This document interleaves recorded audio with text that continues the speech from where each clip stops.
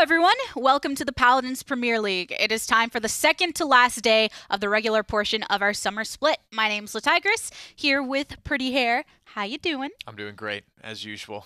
Yeah, feeling pretty good going Dried into off this? today. I got rained on 3 different times today. Same. Yeah, not too fun. Hair up makes it a little easier. I guess you don't have to worry about that anymore. No, not anymore. One of the pros. I'm rediscovering all the pros of having short hair. Yeah, there are a lot of them. But as far as today goes, we're going to know who will be joining us from EU in the LAN, which is pretty exciting. That's right. We've already got Fnatic locked in. Na'Vi is hot on their trail trying to grab that second spot, and they are likely to do so, I think, given the schedule today. And don't forget, everybody, we are working towards November, which is when HRX is at DreamHack, 16th through 18th. Buy your tickets at highresexpo.com and get it before it's too late, because it's totally one of those things that I would personally probably leave it off and be like, I'll buy them tomorrow, I'll buy them tomorrow, and then next thing you know, it's that day. So don't let that happen to you. And if you're wanting to save some money elsewhere, we do have the Paladin Summer Sale going on, 25% off. And I believe there's a special video that if you haven't seen it already, it will be showing later on in the broadcast. Yeah, and if you see me leaning down to like scratch my leg or something, it's because I got eaten alive by mosquitoes in the making of. Putting in the work for your Paladins community. Bleeding my own blood.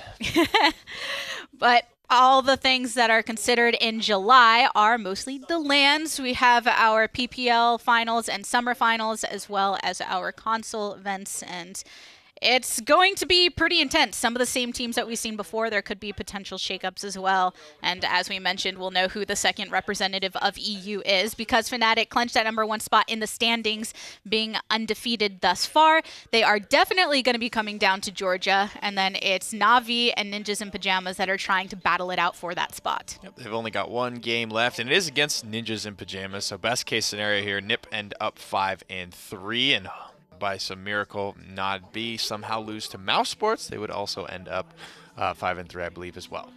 It's one of those situations where your fate is not just in your hands. It's dependent upon how the opposing team does, which I'm sure is much more stressful because it feels a lot better when you have it all within your control. So I'm sure they'll be watching the games quite intensely today. Yeah, and we expect Na'Vi to be able to defeat Mousesports. They have done so every single other time they've met this split, as have most of the other teams. You know, if Na'Vi is beating NiP and NiP is beating Mousesports, you have to imagine that Na'Vi will be able to go ahead, lock it down, especially with their spot still on the line.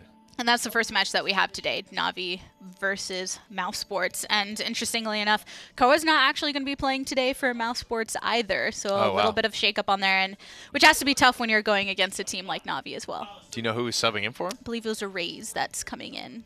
So should be. So I don't know if that's going to be a permanent thing or a semi-permanent thing, but that just further increases, I think, the chances of Na'Vi being able to clinch this one. Yeah. And then on the side of Na'Vi, they've been performing very well recently and just throughout consistently, even if they drop a game or two here and there.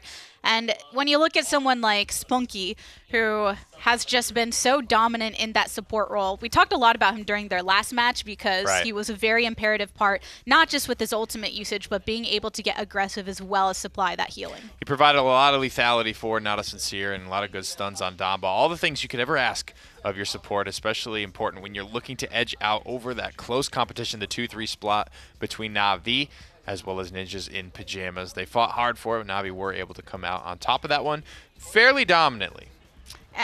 Just great moments right there. I love watching his use of these ultimates because you always see a lot of like convergence and then through time and space being more sometimes those ults that Fitness is. It's okay. Convergence in particular, it's can be very detrimental if you miss something like that, but Spunky really consistent on that. And on the side of Mousesports, we've seen a couple of them switch off between roles here and there. Cloud, for instance, has been dabbling in a couple things.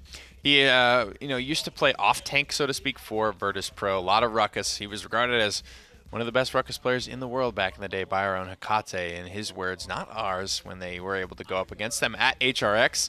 And it's such a drastic switch up. I mean, we've seen this twice now, from Wardoom going from the front lines back to supports, and Cloud doing the same. I would say, it's been solid, right? I haven't had any issues with it, but it hasn't exactly been remarkable to me, right? Wardoom went to support, he had those crazy stories being written about him where, he's going 3 games without dying, 49 streak on Genos, one of his games. You've got guys like Cuss Cutie who have done the opposite of what Cloud's done and really, really made waves for your team and somehow made G2 an even scarier roster. So I think, there's definitely more to be improved on for Sephi on the support role. Well, let's find out where we're going for the first map between Na'Vi and Mousesports. Best of 5 series here today. Starting off in Stone Keep. And I feel like with Mousesports, that tends to be a lot of the issue where everything's solid, right? You have solid frontline play, solid support play, solid damage, but they're missing that element that is going to help them trump the competition. It's tough to shine on a losing team for sure, especially from the support role. There's only so much you can do, right? You're healing, you're trying to get your stuns, trying to get ults off, trying to do your best to support this fight from the outside looking in. And I don't know how good of a communicator he is, but communication tends to be something that is fairly important for support players to be comfortable with. It's, I don't know. I think, some guys in-game lead from the frontline role and G-Bunny for Splice. But I think for the most part, it's safe to say that a lot of in-game leaders are on that support role. So I feel like whenever you do switch over to that, there is a bit of an expectation for you to be somewhat involved, even if you're not considered the singular in-game leader. At least there's a lot of information that from that support role you can just access that other people can't. And here, Na'Vi prioritizing the Genos early, as we've seen many teams do lately. Cassie and Bomb King locked in for Mouse. Genos has just crept back up in priority. He has only been nerfed since his really rise to power. He's kind of gone up and down here and there, but he's only lost damage in hands on Luminary. Nothing else has really changed. It's just the ebbs and flows, I think, of the meta here. The fact that he is just so flexible, he plugs into any 3 DPS comp for the most part, and you can even make him work in a 2-tank composition if you really wanted to. Well, and that's the interesting thing since we've taken the approach that there's not as many big game-changing patches and stuff. We've seen, even when things are consistent, that fluctuation in the approach from all of the players and how they actually execute. In Genos, for instance, is one of those, being back at the top. And standing up where you got Leon, Shaolin, and Barrick, who can all lend themselves towards that triple DPS composition. The Eevee is going to come back out as well. Leon has definitely crept up in priority as well. I'm not really sure. Ninjas and Pajamas were the first ones to sort of prioritize it as a very flexible thing because it can work for either Peardo or for Bonker or for Diggy Dog here. But it's good to see Na'Vi on this Eevee. I think Eevee is definitely a pick they're going to have to be good on if they want to have a chance at this LAN against Fnatic. All right, friends. Well, Na'Vi are trying to secure their spot at the LAN, so game number 1 starts right now. Hey guys, welcome back to the cast here. It's Rainday and Goremizer, the party boys, ready to get things off here in this set. Na'Vi, Mousesports, looking competitive, but I think that Na'Vi definitely have the edge in this matchup. And this is one of those things, the way I want to say drafting and the way that the game balance has really come to the point where both teams can get phenomenal drafts, a team that looks great. Yeah. And then it does come down to mechanics. It's like, okay, well, your draft doesn't really counter their draft doesn't counter yours. They're just both really strong. Yeah. Who's going to execute it better? I think the bigger question, too, for me is Barrick, and how does he translate into rising so high in Europe? Is it as simple as the fact that, that Game 7 that was everyone and their mothers, their daughters, their fathers were watching between Na'Vi and Fnatic, that Fnatic edged out Game 7 on Fish Market, that said Barrick worked in this triple DPS. It had almost never been seen before in that role, in that competitive situation. And now it's just second picked nearly all the time. You could look at it, maybe it's a comfort pick for Lazy, but with the Terminus available, who normally fits into that role so well, with the Stigala option, and to go away from that, tells me there's just something about it that the European teams are favoring to an extremely high degree. I feel like he fits really well when you have something like Genos, when you're able to give him that augment, because again, he does a good chunk of damage. The Dome Shield's really good control, and with things like Bowling Ball, or actually a couple of the builds we've seen, either focusing more on Rocket Boots or just giving him some shielding, anything that keeps him alive, it's just hard to lock him down. I think they're trying to go for the Splice for DPS as well. When you put the Astral Mark, they're just saying, Barrick, go in there, you stay on the point, but also try to just be a damage dealer, because, with Luminary, he's going to hit relatively close to Cassie pre her Luminary buff, which would put her to 782. Andrew Doodle finding the kill onto Spunky, and Mutu just rounding on the outside, giving Natus Vincere a little bit of pressure. See, this is one of those moments that you can tell, I want to say, the presence a team has just specifically based on the clout that they carry with them. Na'Vi, they lose their support Yeah. And they still are standing on the point like, okay, well, we're just going to be here for a little bit until you actually push us out. Yeah. You're in a 4v5 now, Mouse. Do take advantage of it. They take some control, but Bees is already half health. And the angles of which Mutu's playing is really dangerous because no one's contesting him here. He finds an easy kill onto a raise, and now is the chance to maybe blow somebody up here and impale into the wall. Planet still available. He's biding his time, and there it is. And there is a little bit of, I think, crowd control reduction, but it's not going to matter with Phoenix running the imminence, hitting the burst shot of the Presence. Now sliding in, Grace and Valor all combining for the Scion of House Ico, and Natus Vincere to grab the first objective here in this game. Come back in, take control, not losing too much when they lose Spunky. That's just one of those things that Geno says of right now. I mean, his healing's nice overall. Having that passive tick, just being able to kind of keep you up.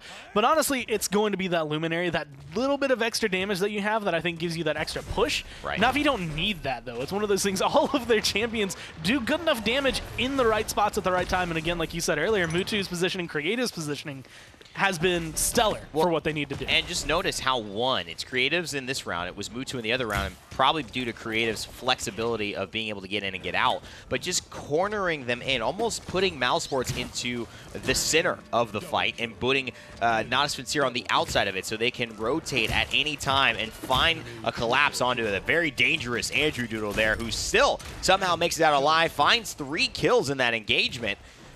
And actually just 1 kill, actually 2 kills, I believe, and then somehow stalls out Mousesports from having to go down 2-0 early on.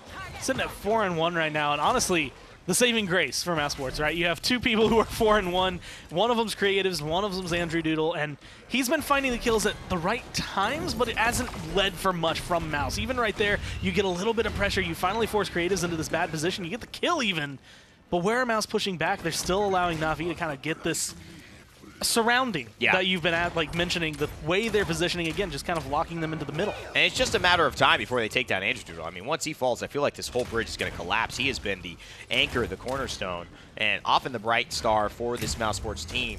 You know, Cybate has been doing well transitioning there, but it's been tough. You know, and I think at this point, there's so much, I think, to look at here is why Natus Vincere continue to dominate in Europe. Part of it's just excellent play, excellent decision-making, and making very little mistakes. Good shots, good zone, pretty much everything you need for Na'Vi to be able to not only get a push, but I think they did this at the right speed, the right tempo. Maybe a little faster wouldn't have hurt, but honestly, the big thing they were looking at, and for me, is the number that sits under Terminus's face up in the top right, where you're just like, how much of his ult does he have? Right now he's going to be sitting in the 80s. It's getting to the point where, okay, he's definitely going to get it this round, but if you burn him fast enough at the very beginning, if Bees dies very early on, then there's no reanimate. Yeah, you know, a lot of things, too, on Stone Keep, right? One of the things they are looking at is more of flexibility with Barrick and the way that he is running this kind of reduction in his cooldown for his boots, the reset on his rocket boots as well. He has more mobility to maneuver on this map than a Terminus would. Terminus is a little bit more isolated here with the 3 tiers of damage that could be taking place either on the top side of the cathedral, on the bottom floor near here, or in the middle side of the map over on the other archway. And so you have to be careful about how you position yourself. NGB's done a good job thus far, but it's still been very difficult for Mousesports to find any angles and apply pressure the way Na'Vi have. Sitting at about half health right now. No one able to lock him down. He's sitting at 97%, so it does look like he's going to be able to have that ult available before anything goes too wrong. That shot was perfectly timed. He is at 99%. It just ticked to 100. Yeah. But he's not going to have it, so he's actually going to be out of the fight. It's super rough here, and you can see that reanimate hasn't had a factor in this game at all. It's been 5 minutes. It's been 2 points. And just coming online here, it's a very, very difficult round, very difficult kind of fighting style for this Terminus on an open map against characters who are using their mobility to just stay far away from that Massacre Axe. And with the way things are going, I mean, Lazy even right there actually going to get caught out, but in a position where it's like, I'm going to leave my turrets right here. You have to deal with their damage. You have to focus on them.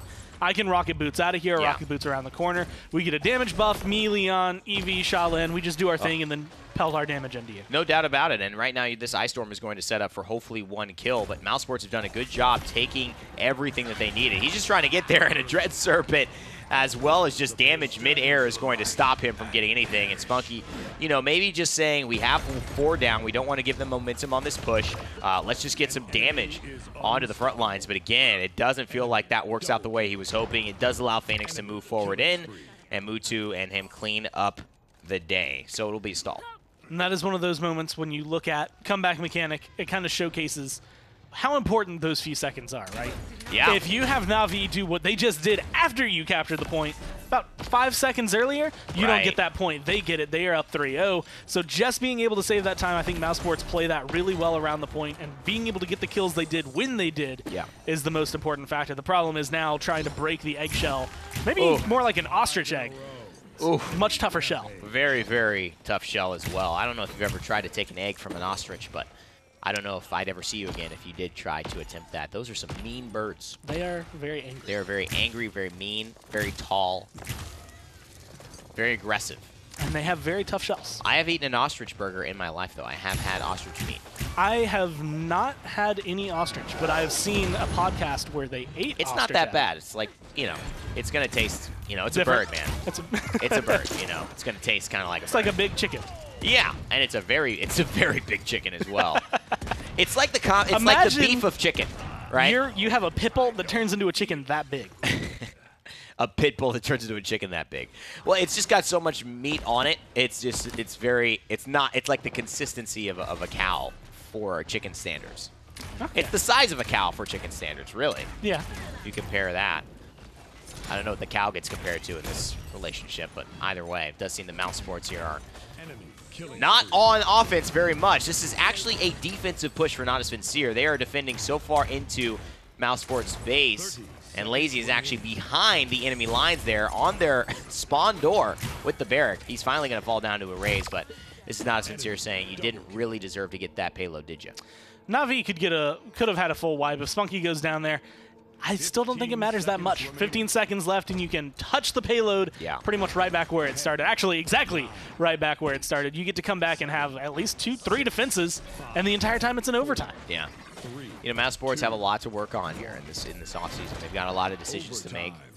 And, you know, it's a great job. You know, you can see it's halfway home, right? They get that objective. They make some good moments. They have a good combination of ultimates. Andrew Doodle has star-studded moments and potential written all over him.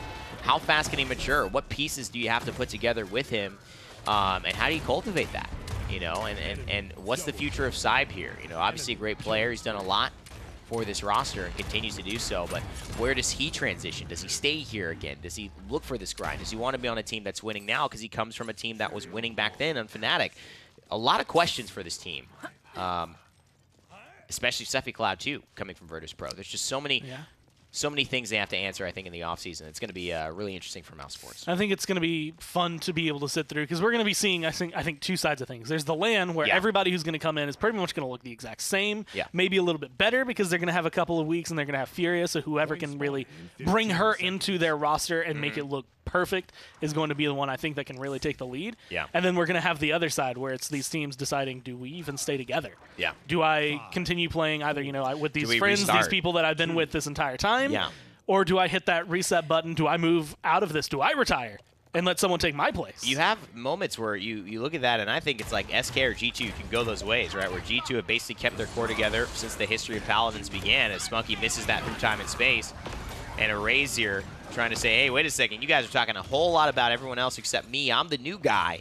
Let me get some action. Finding a nice kill on the Lazy through the Evil Mojo, but they do contribute a Dread Serpent and an Evil Mojo and a Cassie Scout just for one kill, but 85% on the point. Ice Storm's available. You're about to have Enlightenment. You do have Dome Shield, so a lot to clear the point off. There's going to be the Enlightenment, but it's going to miss, and that's going to be 200 health, but slowly healing back up for Phoenix. And thank you to Manifest Destiny. He got so far across the map and has gotten to safety because of those two cards.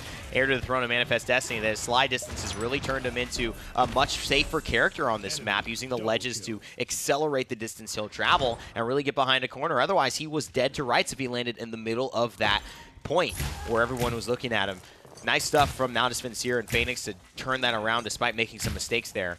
And Mousesports still at 99, but not 100. I will say, and I use this word a lot for a lot of the top teams, when I say, like, do something systematically. And I feel like for Na'Vi and for teams like Fnatic, taking back that point is a checklist. How do we do this? What do we do? Okay, get this guy, boom, we have it. Yeah.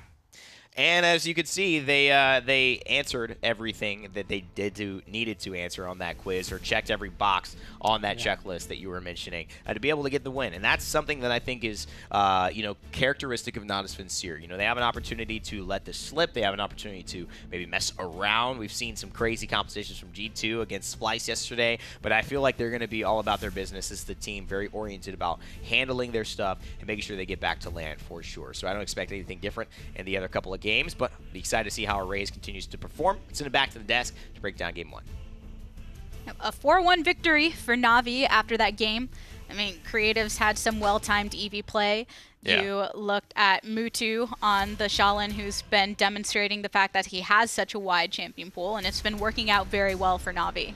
That's really the core, I think, of what Na'Vi have to improve upon is those champion pools. Mutu's done a great job of it. Creatives as well is definitely getting there. We haven't seen as much of the Bomb King from him in recent times. His Eevee was great this patch, but it's kind of been all about Mutu, right? And on this Drogos, a little bit on the Xin here, Shaolin as well.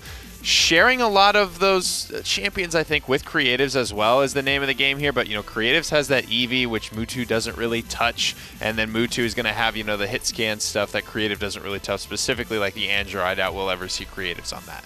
They've been working on making it so they can really touch any type of composition that they want. And with this one in particular, you have someone like Lazy on the Barrack as well, who, when you have Barrack coupled with the rest for a triple DPS composition, as the caster said, he has that ability to also work into that very effectively and supply his own shots. He scales decently with Luminary, as well as the fact that his projectiles don't have any fall off. So he's literally just trying to help you win the fight from all distances. He's not a traditional frontliner. He's got the Dome Shield, which is one of the best frontline ultimates in the game. The fact that, you look at that 85, actually 99 when it was all said and done, to 0 point. For Mousesports, Lazy's then able to come in and do what not a lot of other frontliners can do, drop that Dome Shield and just create a safe space for him to just stall the objective for the next 6 seconds. Well, going into map number 2, maybe Mousesports will be able to pull something back. And interestingly enough, we also got to see Arrays on the Pip during that game. So what are your thoughts on that? I mean, it looked okay for sure. It's definitely tough to play against when that is, because we're seeing more of it becoming a more counterable ultimate. People are reacting faster and faster to Evil Mojo. There's more crowd control reduction and loadout cards than there ever really has been before. The Drogos is going to stay banned. The Buck will stay banned here. And if the Khan isn't banned out, and it will, we might just see another Genos first pick here for Na'Vi. Might as well. It worked out for you before. And there you go. You hear the audio cue. He's locked in. It's crazy how he's just made his way all the way back to the top. And do you think they're going to stick with some of the similar composition, or are they going to try and maybe, I don't know, bring out the Bomb King if it's not taken over here? Well, never mind. Cassie and Bomb King once again going early. That's a great first couple of picks for Mousesports. Na'Vi could respond with their traditional Barrack as well if they want to just keep this a 3 DPS lineup. Leon is a decent takeaway for Mousesports. Sai will be just as happy, I think, on the Cassie as well. The biggest question for me from this Mousesports composition comes around just Arrays and what he's going to be playing today. If he is a bit of a one-trick, not saying he is, I just don't really know what his champion pool is at this point. If he's going to be stuck on something like the Pip or similar aspects, that's something Na'Vi can look to definitely play around. A lot of times when somebody comes in really quickly in the middle of a split, towards the end of a split, you will see them just kind of stick to 1 or 2 because that's what they had time to really work on. Not sure that'll be the case here today, but opting to go for the Inara on the side of Na'Vi, secure a second frontliner, which meant Leon was open for the opposite end. They're going to take the Pip away this time here.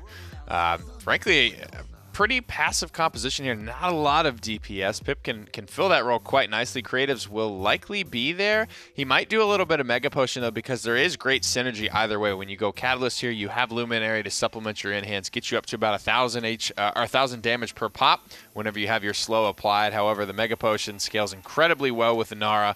It just all depends on what Na'Vi want to go for. Her bar can just go from this to this. I think it's 3,800 or something crazy like that. Well, game number 2 is ready. Na'Vi currently up 1 within the set, so let's find out if they can make it 2. Thanks, guys. Really interesting draft again, and switching it up, highly prioritizing the Genos, but also looking at the aspect of a potential carry in the support realm of a Pip as well, and the Inara, the Barrack coming through. Barrack, again, a consistent theme for Na'Vi and Fnatic that we saw in NIP even as well. And I feel like that's encroaching this map a lot, too, where it's like, this is, I think, the map where everyone started to think, okay, well, maybe Barrack's something we can look at just because Jaguar Falls, like, he can hold a pretty good line around here on this point. And then, of course, you can translate that to a lot of other maps, but this is the one I think that I've seen a lot of these teams, even in North America, kind of try to crack it open and be like, what is making him work so well for a lot of these other rosters, specifically in EU? You know, and I think it's just an economy situation, right? It's the same way we saw Leon kind of get favored out of nowhere. It's just the Shaolin Cassie bans are almost guaranteed, and then you force in a Leon, and you start to find the value of Leon because everyone knows you can pick Leon without her being banned every game. You really don't see Leon banned. So now that you see the Cassie, the Shaolin bans coming back again, you know, Leon may be a little bit more prioritized because people have figured it out. Because Khan and Makoa and things like that have been banned in our Terminus, people are trying to figure out what do we have available that's not one of those front lines that we can use.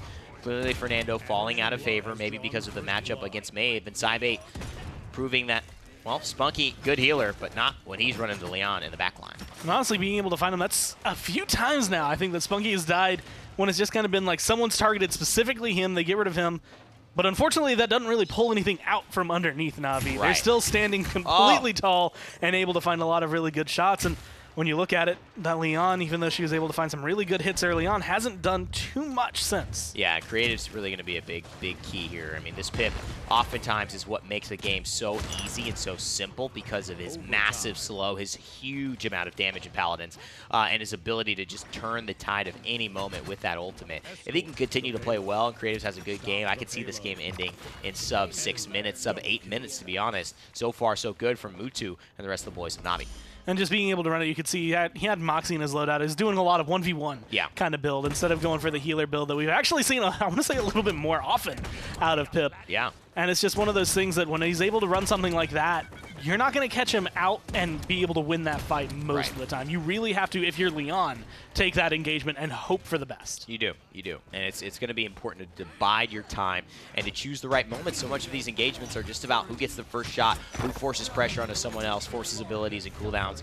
And obviously you can see here a couple of ultimates looking to potentially be used soon as Seismic Crash gets ready and available. And now Lazy has the opportunity if he wants to go for it. The wall's still up, blocking him away. But he's got so many members of Mousesports just right here, ready to be stunned. A lot of good shots. Again, you see this Terminus come crashing down, but it just hasn't felt the same as I think what you've seen out of Terminus in the past. And this Barrack pretty much just shrugs off the damage and keeps on going. Him and Lazy, between Phoenix and Lazy, it's been pretty clean.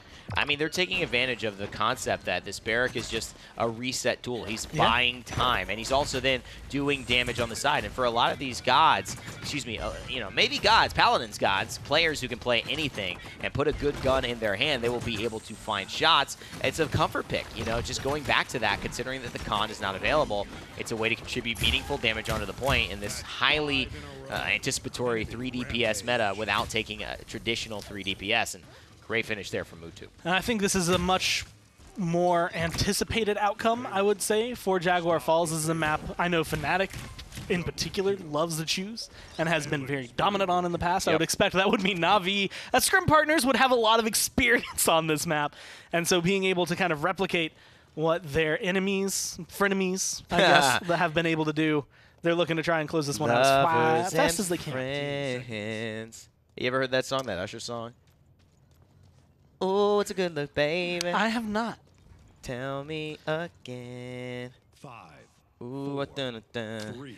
That will be lovers and friends. We can't afford it. Unfortunately, they can't bring it up. Otherwise, we would have to pay the entire budget of next year in order to broadcast it. But I give you a little bit of a opportunity to remember the past, the good days where Usher was the biggest star in the world. Anybody remember that? Confessions Part 2? Was actually thinking about that because an Usher song came on one of my playlists the other day. I was listening to Spotify, and I was just like, I forgot about Usher completely in the past for me. Right? And he just showed up again. He's so big. He made so much money. To be honest, I feel like if Usher was just smart, he doesn't have to do anything ever again. And he's been on, like, The Voice and stuff like that. He's been doing stuff like that. Like, not The Voice, but The Budget Voice. You know what I mean? Like whatever new one that like Fox made or something.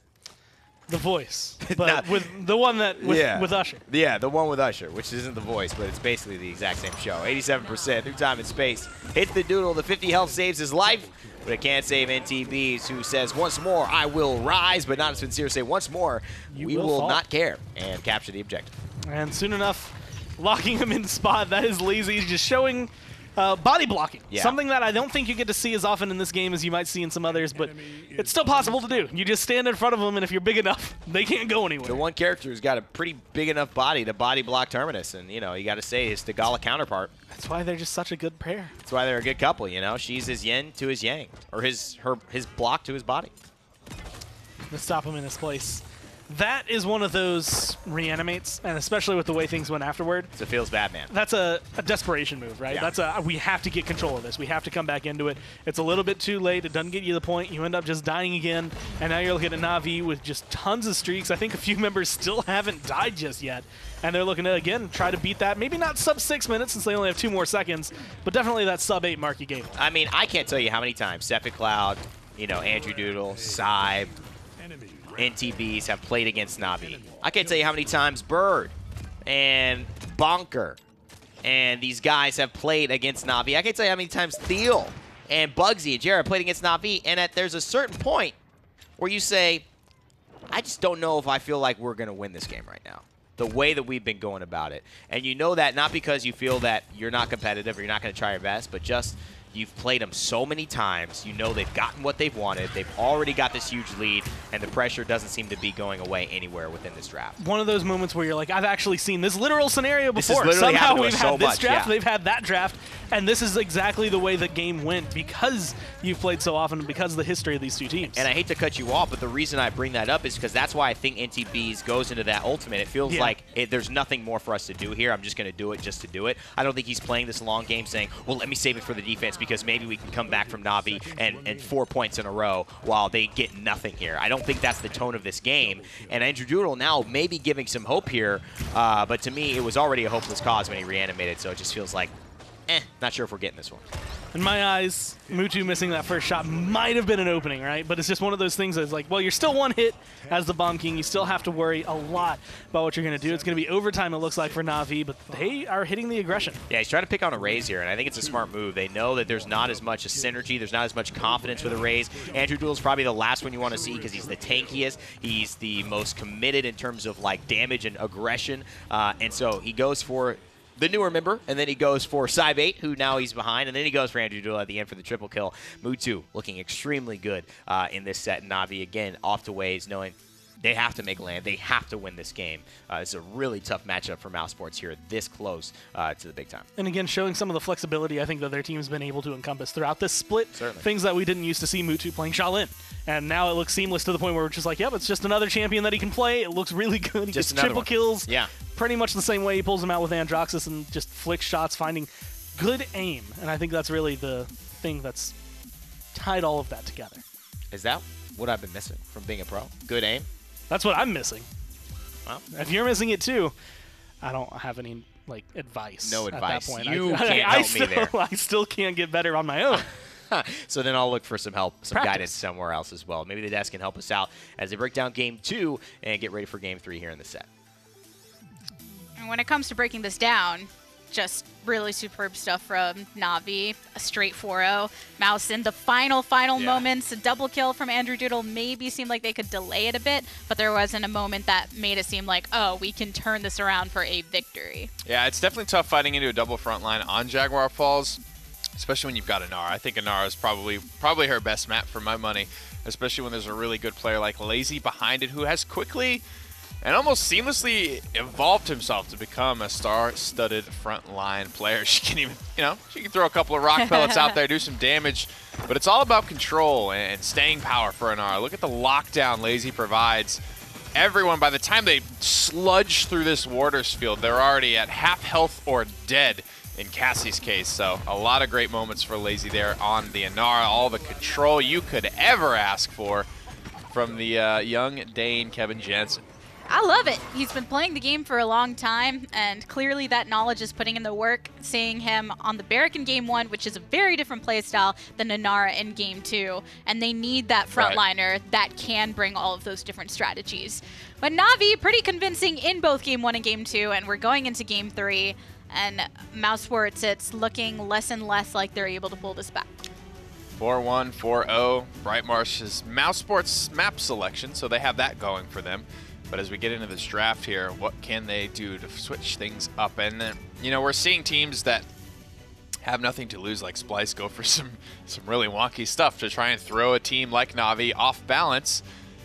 Mouse banned away the Torvald here, which is one of two things. Either, you know, they've been scrimming Na'Vi, they know they might have something cooking with this character on this map in particular, or this is just that scenario where you want to not throw away a ban, but ban something that's not necessarily common to leave something else open, so then you force Na'Vi into a spot where now they've left open Makoa for you, and you can scoop it first.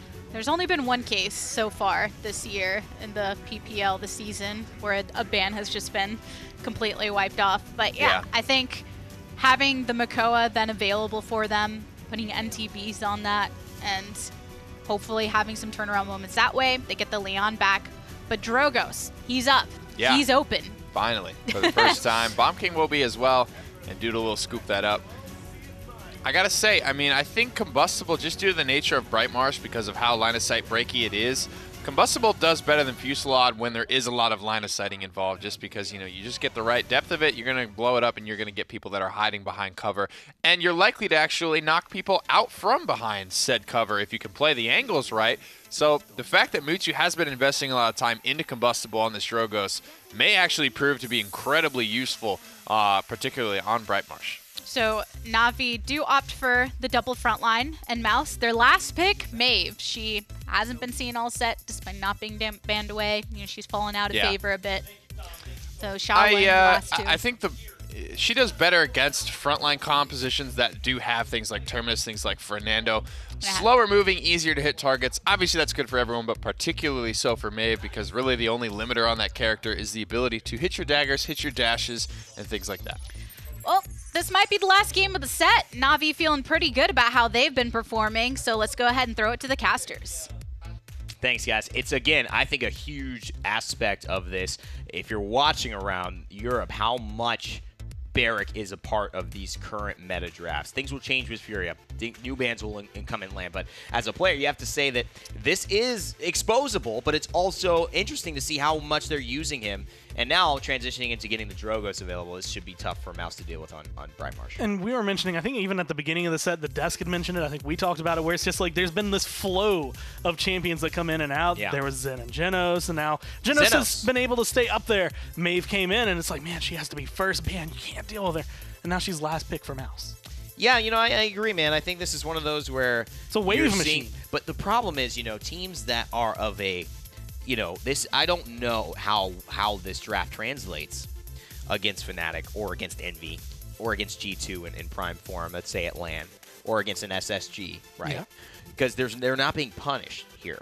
And that's one thing that you got to know. If you give like a Rubu, you know, a Fernando, he may punish you to the point where you say, should we take Barrack and leave Nando open here? First time they played him, third time he's been available. It's an interesting choice. But so far, Na'Vi, you know, just going back to basics of what works today, and today, these have been the picks that have been thriving.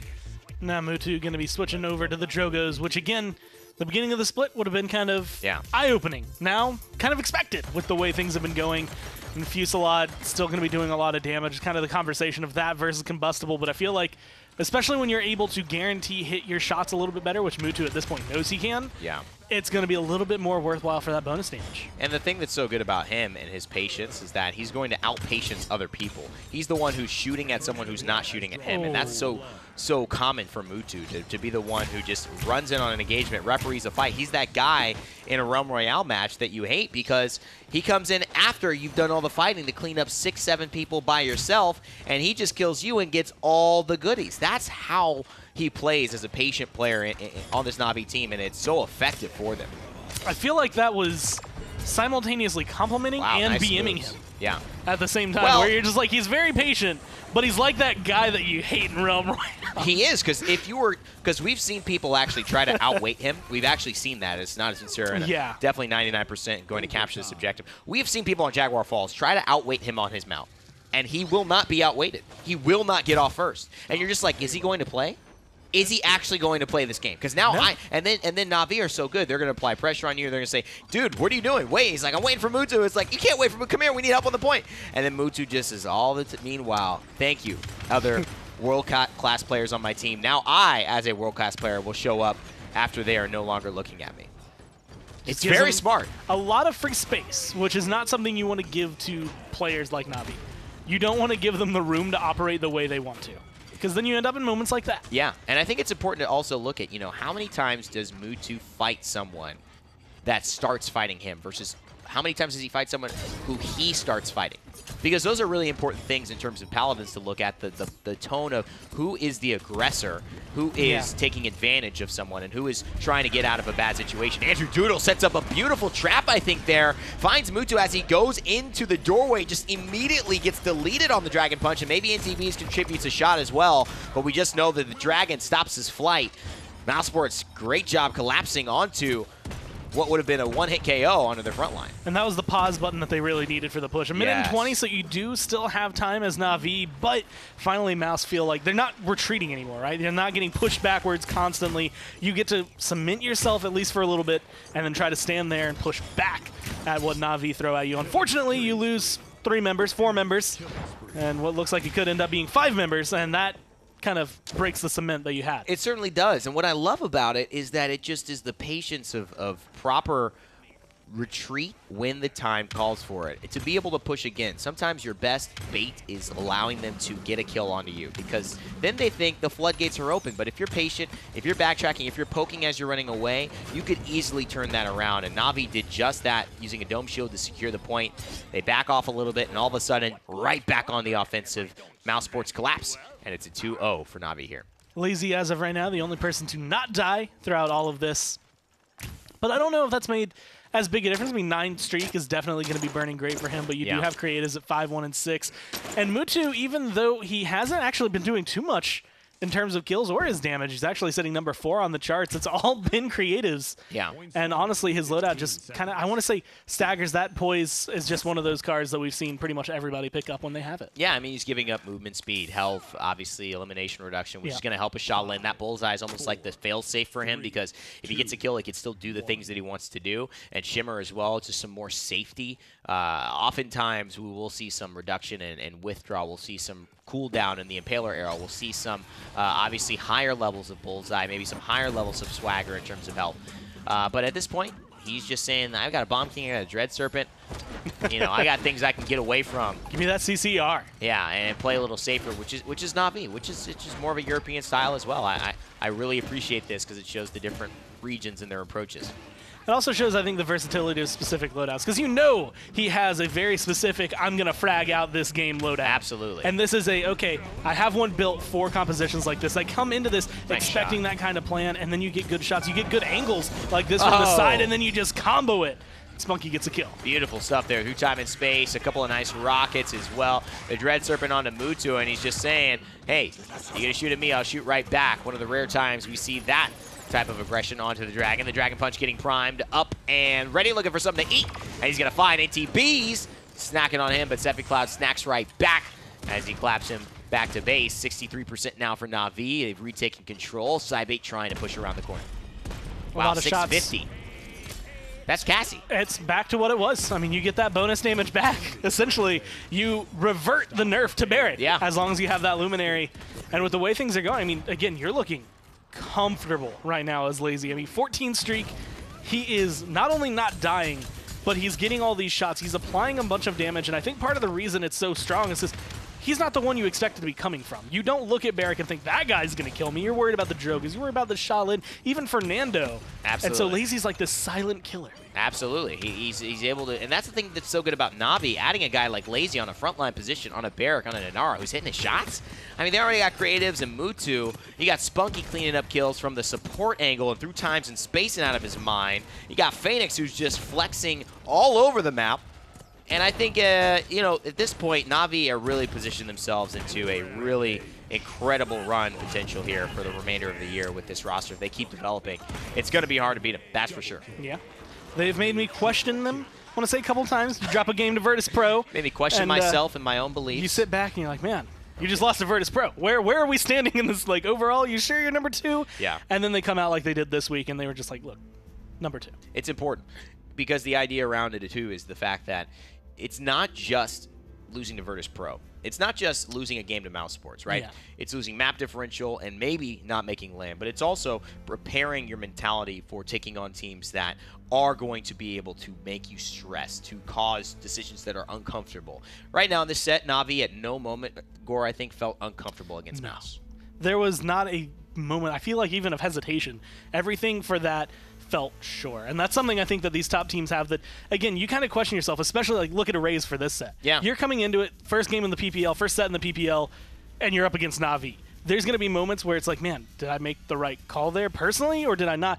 That teams like Navi, they don't have that. They're, especially in a set like this, we made the right choice. Well, Navi clearly did what they needed to do. They grabbed this W so close to land. They could feel it coming in the air. Let's send it back to the desk to wrap up set 1 here in our doubleheader of the PPL in Europe.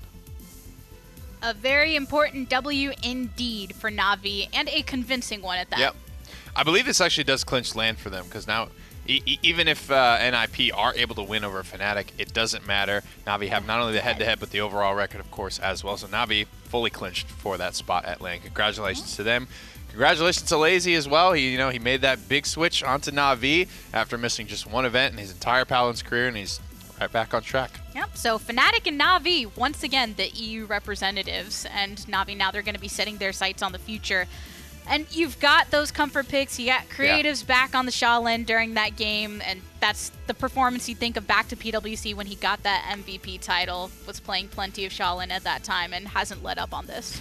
It was. It's a very important pick for this European scene that it's very easy, I think, to lose track of. You know, there's times where he goes completely unpicked, unbanned for, it feels like a whole set. Sometimes even on the whole day, you don't get to see much of the Sha. But when they're feeling it, man, this guy can seem just so impactful.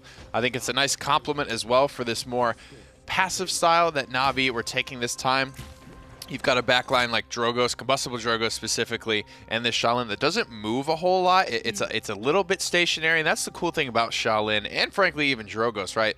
Shaolin is a character that can hit the gas pedal. I think his ultimate lends himself very well to that. And you've got Heat Haze that is so impactful, fast charging. You've got Dragon Punch that is so impactful, so fast charging, especially the way Mutu down there at the end, like the last couple of seconds was just Mutu just lobbing fire spits through that window over and over, hitting 3-4 people. Just watching his ult charge just explode upwards was pretty awesome to see, and it looks like it could be a very viable playstyle for that very impactful character going forward.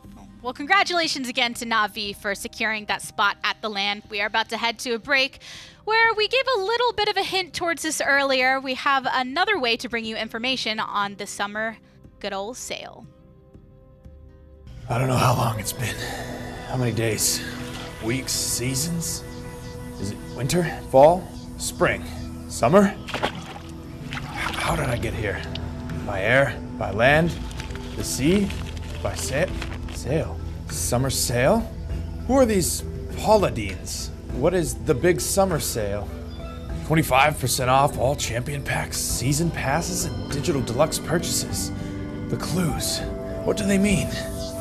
Sale runs from now until July 5th on PC, July 6th, July 3rd, there's 4, July 5th, Xbox One, all these details. What does it mean?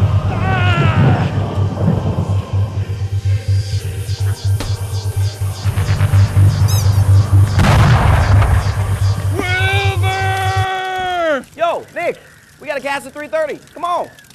Yeah, I'll be there in a sec. All right, well, we're back once again here with Jara from Fnatic, and at this point, you guys are now going to LAN. You're confirmed for that, and you're really fighting for this, top spot, number 1 overall, and your matchup's going to be against NIP, so I just kind of want to get the feel. How are you guys feeling about the way they've been playing lately? I think Nip improved a lot with Digidog. I think he's a good addition to the team. And I think with Digidog, they have like a fresh new feeling in the team, and that's why they play really well right now. So one of the things that you had actually mentioned just a little bit ago was the fact that, Na'Vi and NIP is going to be a really big matchup. Both of them really kind of fighting for that second place spot and potentially looking to be the ones that could take your team down. Are you worried about either of those, or how do you expect that match to go? I think it's going to be a close game. I think it's like a 60-40 to Na'Vi. I expect Na'Vi to win it a little bit close, but Nip can definitely pull up an upset. Like with Digidog as an addition, that they're looking really strong, I think. A lot they've done, I want to say, just in the last week, just adding in Digidog has and really increased their chances from what they were before. And with the way things have been going, they're looking pretty strong. Do you think they're going to be able to take a couple games off of you during your set, or do you think you guys are just so, not necessarily untouchable, but you've gotten to the point where you're looking so dominant?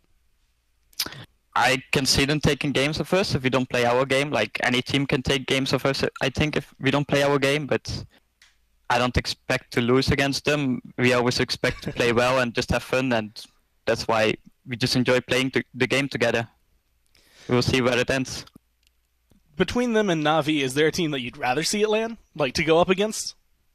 No, not really. If you want to win, you got to beat them all, I always say, so it doesn't really matter to me or my team. Well, it sounds like, again, you're pretty confident. It looks like NIP are doing better, but we're going to have to see, I guess, how they really come into it. Again, congratulations on making it to LAN, and it looks like you guys are looking for that top spot. You have 2 more matches to go through, but it looks pretty comfortable for you, so thank you. Thank you. Bye-bye.